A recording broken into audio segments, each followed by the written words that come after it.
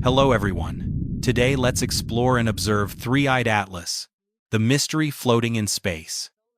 A mystery is unfolding beyond our planet, something scientists still cannot explain. We've given it a name, 3E Atlas. But having a name doesn't mean we understand what it is, or what it's doing. 3E Atlas is strange. Its shape is strange. The way it moves is strange. Even the material it's made of is unlike anything we've ever seen. And recently, evidence has emerged, suggesting that while we've been watching it, it may have been watching us for a very long time. The story begins with the latest images captured by astrophotographers in the remote deserts of Namibia, home to some of the darkest, clearest skies on Earth. This time, they were lucky. A total lunar eclipse, with the Earth blocking the moon's light and creating an utterly dark sky, the perfect condition to peer deeper into the universe.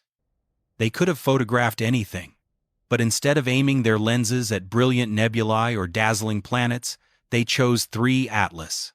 And before their eyes appeared an incredible sight, the object glowing an intense green against the night sky. That shouldn't be happening. There is no natural reason for 3 Atlas to glow green. A comet from somewhere else.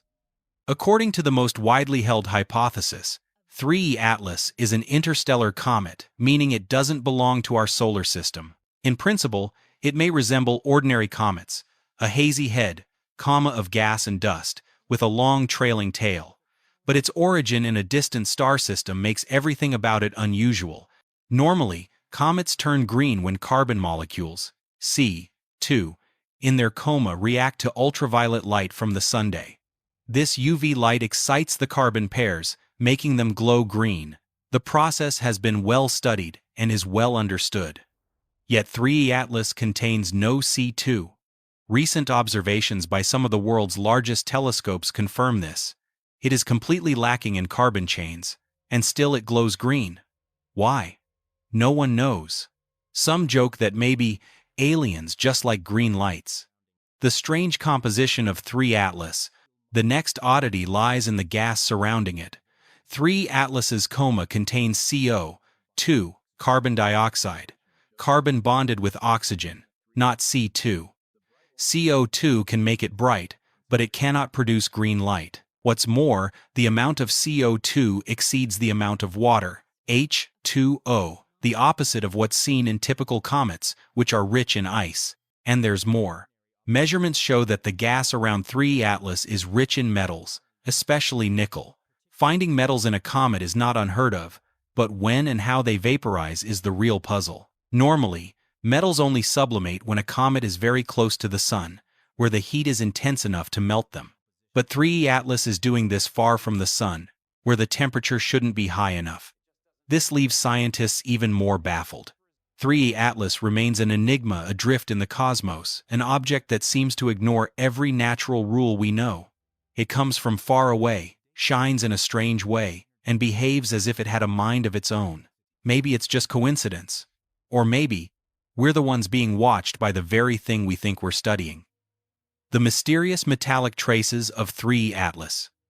3 Atlas has never come close to the sun, and yet, scientists have detected traces of nickel metal in the gas cloud surrounding it, even while the object was still drifting between the orbits of Mars and Jupiter. That makes no sense at all. At such a great distance, there is no source of heat strong enough to vaporize metal, let alone to eject large amounts of nickel into space. Unless we entertain a bold hypothesis. 3 Atlas might not be a comet at all, but an alien spacecraft. If that were true, the presence of nickel would actually make sense because rocket engines are often built from nickel-rich alloys, capable of withstanding extreme heat and corrosion. When such engines fire, nickel and CO2 frequently appear in the exhaust plume. Of course, no one dares to claim this is proof of extraterrestrials, but clearly, something highly unusual is happening with 3 Atlas, and not just in its composition. Strange motion in space. One of the most puzzling aspects is its trajectory and velocity.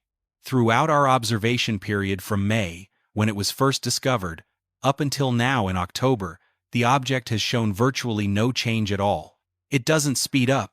It doesn't slow down. It doesn't alter its course, at least not in any measurable way.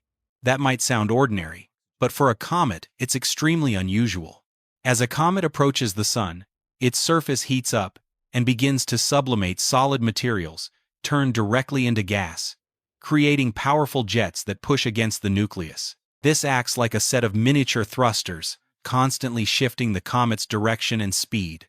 This phenomenon is known as non-gravitational acceleration, NGA, and astronomers can measure how much a comet's orbit fluctuates from day to day, comparing it to its cosmic cousins. 3 Atlas has indeed shown signs of sublimation. It has formed a faint tail facing the Sun, which gradually extended outward over time, just like any other comet, yet its velocity and trajectory have remained almost completely unchanged, with only 1.5 kilometers of NGA per day, an incredibly small value. To put that in perspective, let's compare 2I divided by Borisov, another ordinary interstellar comet, fluctuated by more than 100 kilometers per day, about 100 times more than Atlas. You might argue that Atlas is larger, and therefore less affected. Fair enough. But even Hale-Bopp, one of the largest comets ever observed in our solar system, at least as big, if not bigger than Atlas, still shifted by an average of 10 kilometers per day, roughly 10 times more than Atlas. And if we compare it to Oumuamua, the first known interstellar object ever detected, the contrast becomes staggering. At one point, Oumuamua's trajectory changed by over 1,000 kilometers per day, a rate almost impossible to believe. A defiance of natural law. These 3 examples show a clear pattern. Any comet or natural object affected by the Sun experiences noticeable variations in its orbit. But 3E Atlas does not. It remains suspiciously stable, as if it were controlling its own course.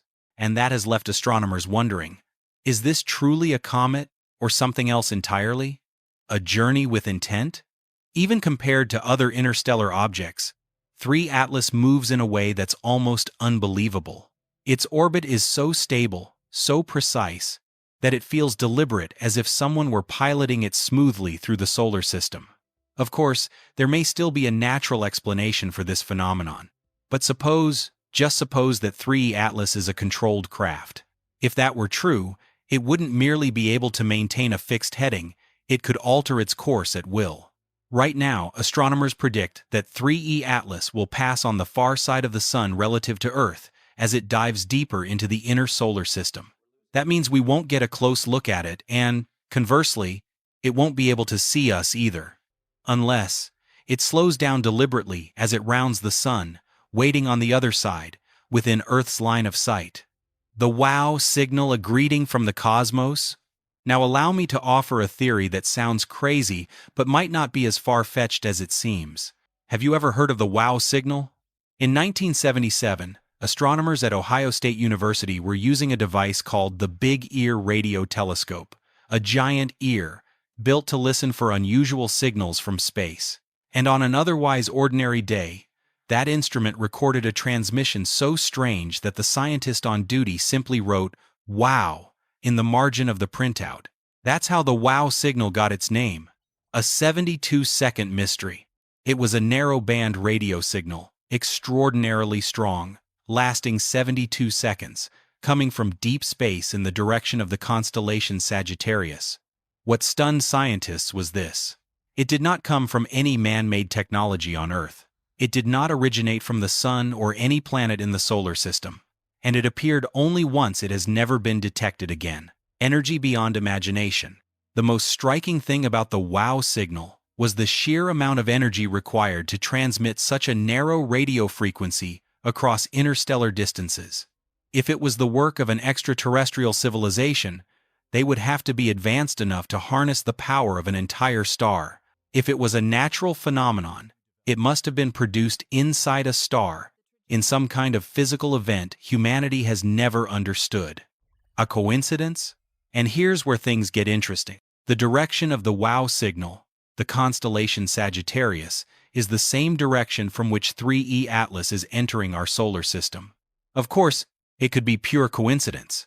But if it's not, then perhaps, wow, was more than just a scientist's surprised exclamation in 1977. It could have been the first greeting from the very object now drawing near to us today. The connection between the WOW signal and the hydrogen atom.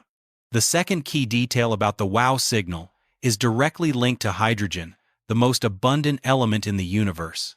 In astronomy, there's a concept known as the hydrogen line. It refers to a very specific radio frequency emitted when hydrogen atoms shift between energy states. The detailed physics are complex, but all you need to know is this. The frequency of the hydrogen line is 1,420 megahertzes. And the frequency of the WOW signal? That's right, exactly 1,420 megahertzes. If you were an advanced civilization trying to send a simple yet unmistakable message across the galaxy, one that any scientifically capable species could recognize, the hydrogen line would be the perfect broadcast channel. It's like a universal language of the stars. For nearly 5 decades since 1977, we have never detected another radio signal with the same characteristics as WOW. The orbit of 3E Atlas coincidence, or clue? What makes this even more intriguing is that astronomers, when tracing the orbit of 3E Atlas backward, discovered that it too came from the direction of the constellation Sagittarius, the very same region from which the WOW signal originated. That's a coincidence far too great to ignore. Some theories even suggest that WOW might not have come from some distant star system at all, but rather from 3E Atlas itself, when it was still on the outer edge of our solar system, far beyond Pluto's orbit, back in 1977. Who knows, maybe that was how this visitor announced its approach. Hypothesis or unverifiable truth. Of course, this remains a hypothesis, not a confirmed fact, and perhaps it never will be. But at the same time, it has never been completely disproven either, and that is what makes it worth paying attention to. Objects like 3E Atlas force us to expand our imagination to confront the endless possibilities of the cosmos. Perhaps it is a strange comet, or perhaps it is something entirely different. The only thing we know for sure is this: the truth is out there, and it's coming our way.